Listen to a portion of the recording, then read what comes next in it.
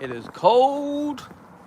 It is freezing cold. Right. I haven't really told anyone. I did quickly post it on defending Elvis's messenger, and I did quickly put it on. That's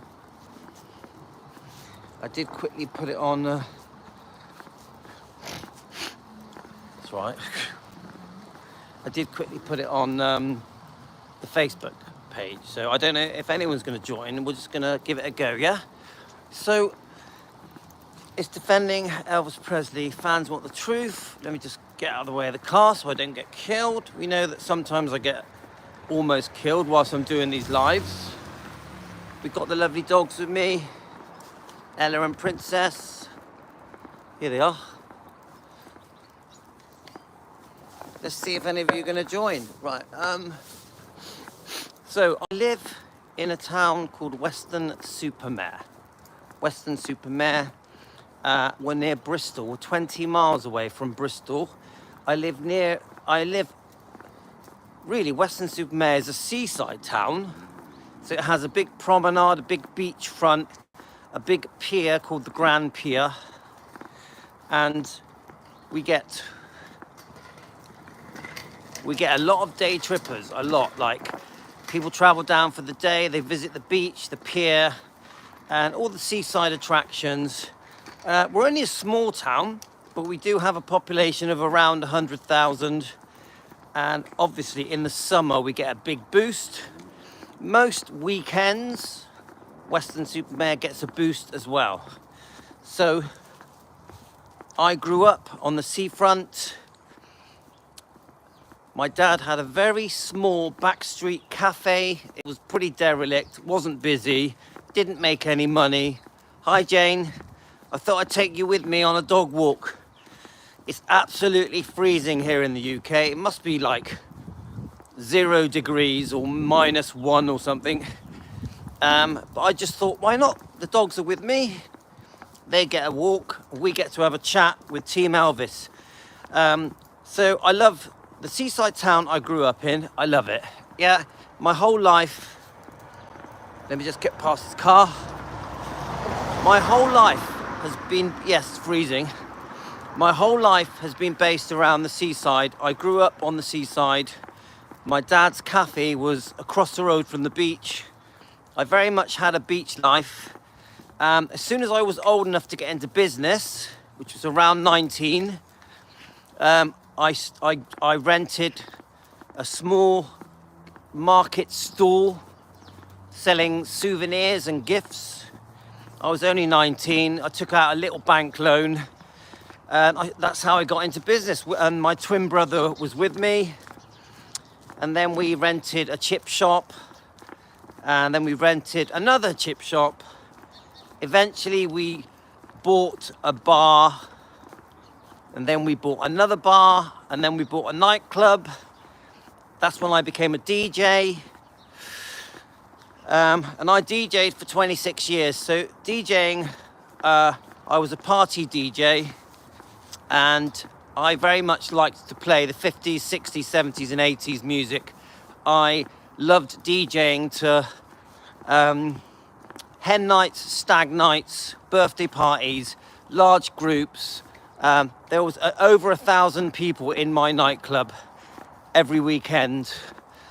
It was brilliant. I loved it. But it was very much a young man's life. It was very much a single man's life. It wasn't suitable for settled life, for married life, for having kids. I don't recommend running nightclubs, bars, when you've got kids, when you've got a wife. So when I was 46, I gave it all up. And I started DJing. I became a house dad. So I very much calmed down once I got settled. And me and my wife had 5 kids very quickly. We had 3 first, then we had a gap, then we had another 2. And we didn't want 5, we wanted 3. But it didn't work out that way. So that's just a bit of an introduction into my life. So I'm semi-retired now. And yeah, I love DJing. DJing was great fun, Jane. But the problem with DJing, and I was the only DJ in my town that played old music. I played all the old, especially the 80s music was very popular with the hen nights and stag nights. There wasn't many DJs that actually spoke, because I was a talking DJ, so I would create a party vibe, party games, all that kind of stuff. So I sort of stood out, and I think that's part of the reason my nightclub did so well, because we attracted the older, 60s, 70s, 80s. We attracted the older people. So we were very much, our nightclub, which was called Senoritas, was very much an over 25s club. And me and my brother loved it. Me and my twin brother loved it. So, but, you know, me and my wife, we courted through my nightclub years and fell in love. We very much knew how to party. But once we got pregnant with our first child, which I think was 2005, yeah, we love the old music. I think it was 2005. I had to settle down. I had to calm down. So I've always loved old music. I've always loved, of course, Elvis. But I've also I love the Beatles, Frank Sinatra, Dean Martin, Sammy Davis Jr., Motown, Michael Jackson, the Jackson 5. Right, let's just get past these people a minute.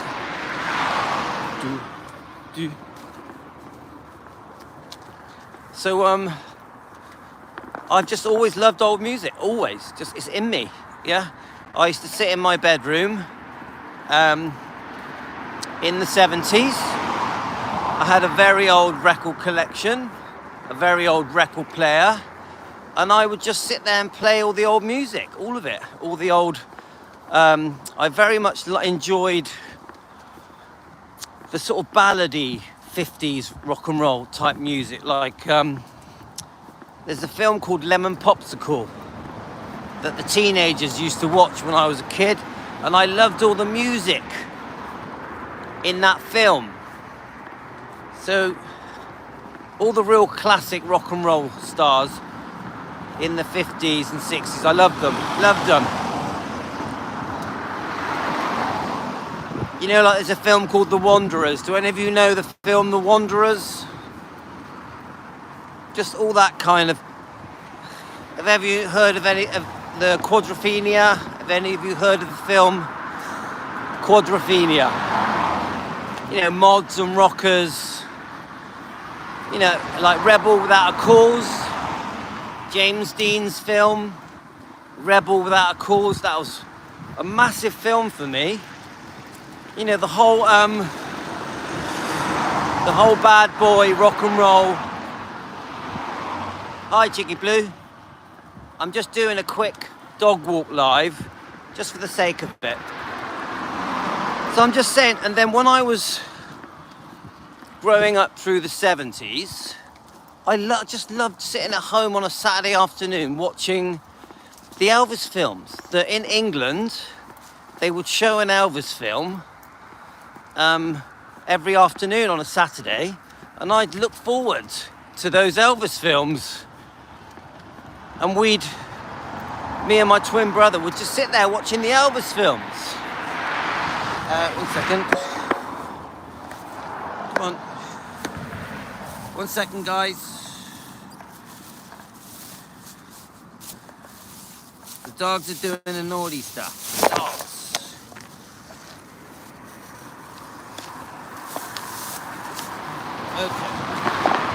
Okay, we're back. So we would watch all the old films, you know, the Beatles films, Hard Day's Night, and anything related to rock and roll we loved. Does anyone know a film called Jan and Dean? Jan and Dean. I love the Beach Boys. I would really look hard for anything that was based around the 50s, the 60s, the 70s, the 80s. I liked the Bee Gees, Saturday Night Fever, then the follow-on with that Sylvester Stallone directed, Staying Alive. I mean, Saturday Night Fever was like, completely blew me away. I loved it, absolutely loved it. But I didn't watch that till later when they released it for TV. Then you had Grease, which massively affected my life because when Grease came out in 1978, I was obsessed with it. Because obviously Danny and Sandy off the film, and I totally related to that because obviously I was into rock and roll. So when a film was released that was based on the 1950s, I was completely besotted by it, obsessed with it. Grease. I love James Dean. James Dean, one of my all-time favourite people. And I love Marilyn Monroe. I always place them together, Marilyn Monroe and James Dean. You know, Tony Curtis. I love Tony Curtis. Do you have any Tony Curtis fans out there? Like I heard that the reason Elvis dyed his hair black was because of Tony Curtis. He wanted to be like Tony Curtis.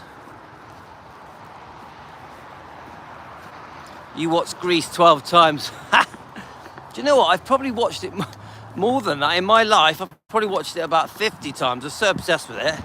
I wanted to be Danny. I wanted the black leather jacket, the white t-shirt, and I had the quiff, of course. We used Brill cream then. I don't think they even had gel in those days, in the 1970s. I don't think there was gel, was there? Brill cream. The red plastic tub with white base. So even though it's freezing here, guys, in the UK, it's also very, very sunny. Beautiful blue skies. Yeah, I know the Jack Lemmon film with Tony Curtis. Love it. Love it. Brilliant film. And I like there's a Tony Curtis film where they're at the circus. Does anyone know what that's called? The Tony Curtis film where they're at the circus, I think, with, I'm trying to think of his name. The guy who did the film The Swimmer. What's the name of the guy who did the film The Swimmer? And he did a film with Tony Curtis in the circus, and he had a bad leg. Do any of you remember that film? Oh my God, it is chilly. Hi, Annie. So come on, guys. You guys tell me what were your favourite rock and roll films in the 50s, 60s or 70s? Do any of you have favourite rock and roll films? Woo.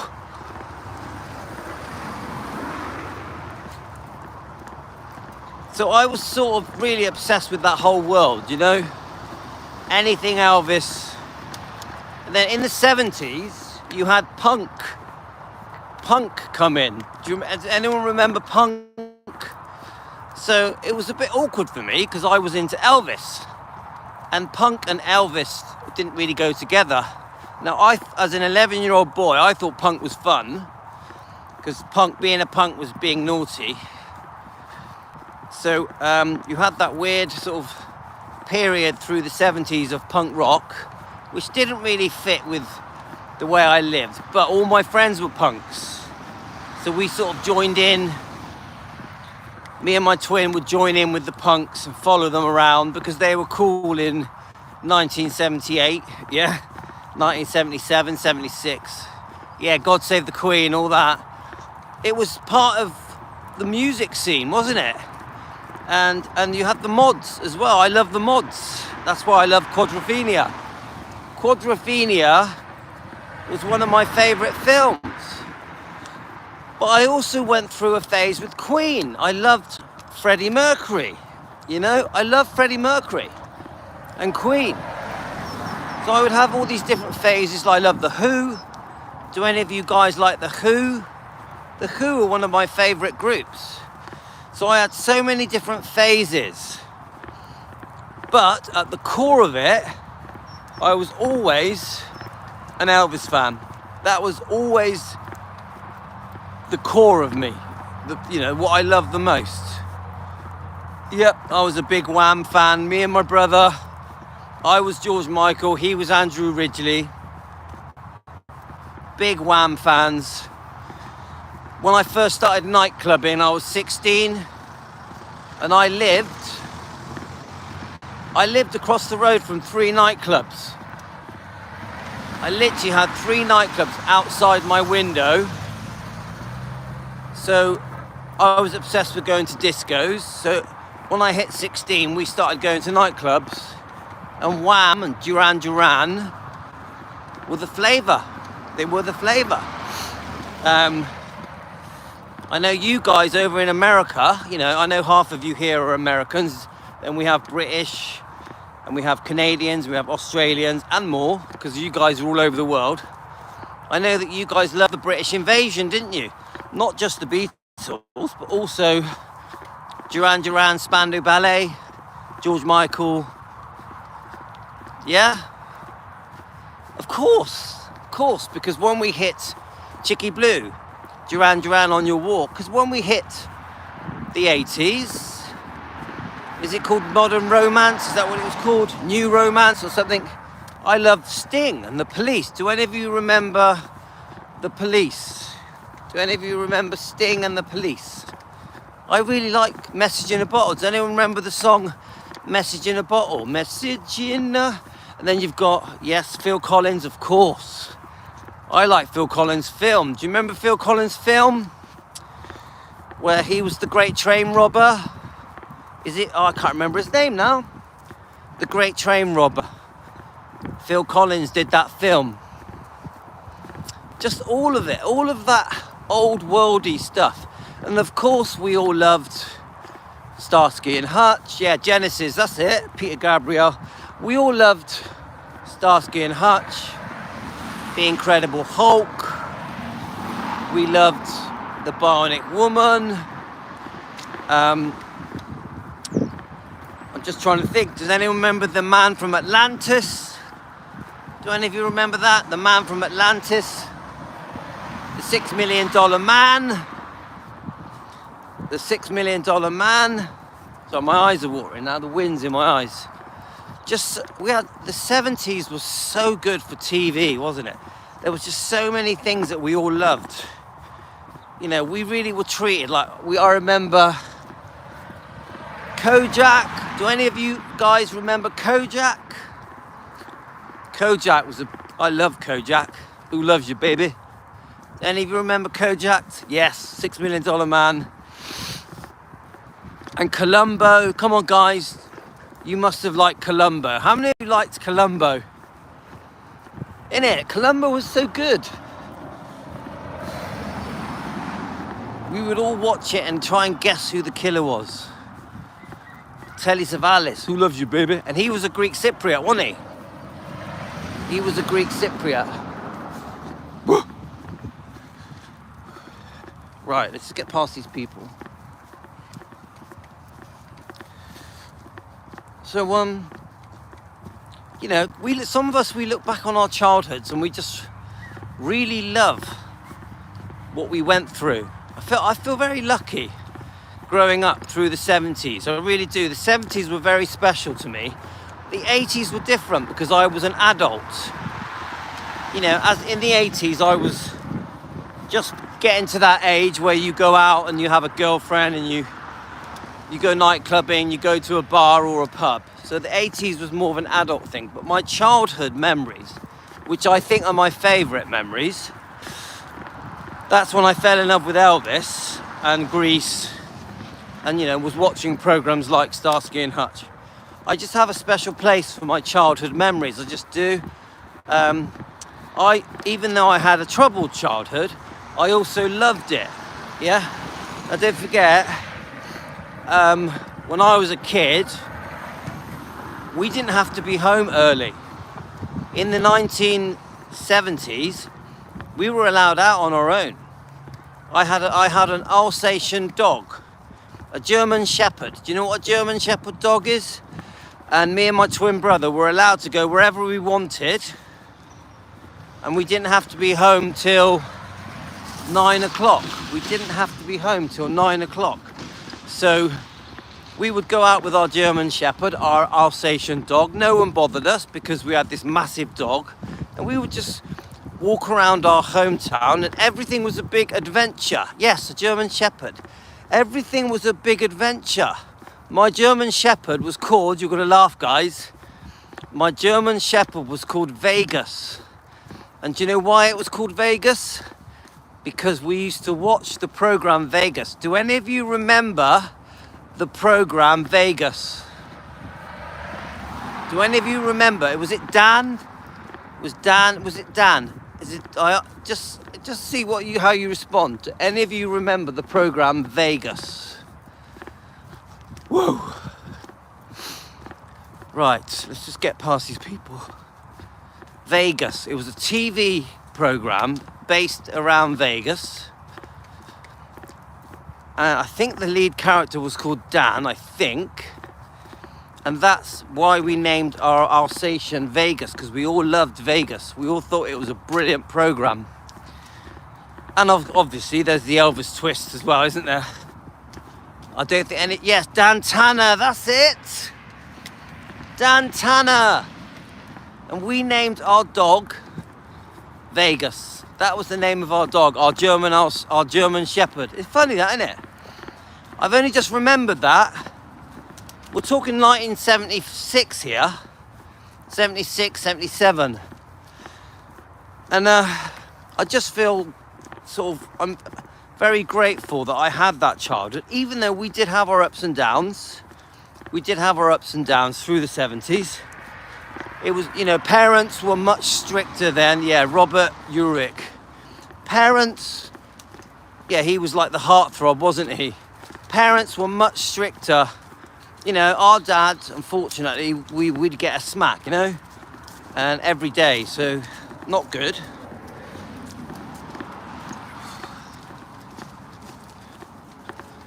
So I'm just getting past some kids. So very exciting times, amazing music, amazing TV programs, and I just think that childhood, loving Elvis and loving all these programs, sort of set me up for my life. I sort of feel that all of that stayed with me for my whole life. It was the foundation, it was my core, and I like to think that the way things were in the 70s, morals were different, and right and wrong, we knew right from wrong.